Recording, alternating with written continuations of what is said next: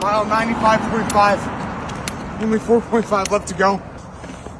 Me and Jack had a choice if we wanted to leave the group or stay behind and like slow the group down. We skipped the last aid station. We chose to go fucking make something legendary happen. We're paying for it. You know, I'm really beat down. Everything that kind of could have went wrong today did. But guess what? And when you trust God and you have that fucking dog in you, you can literally do anything.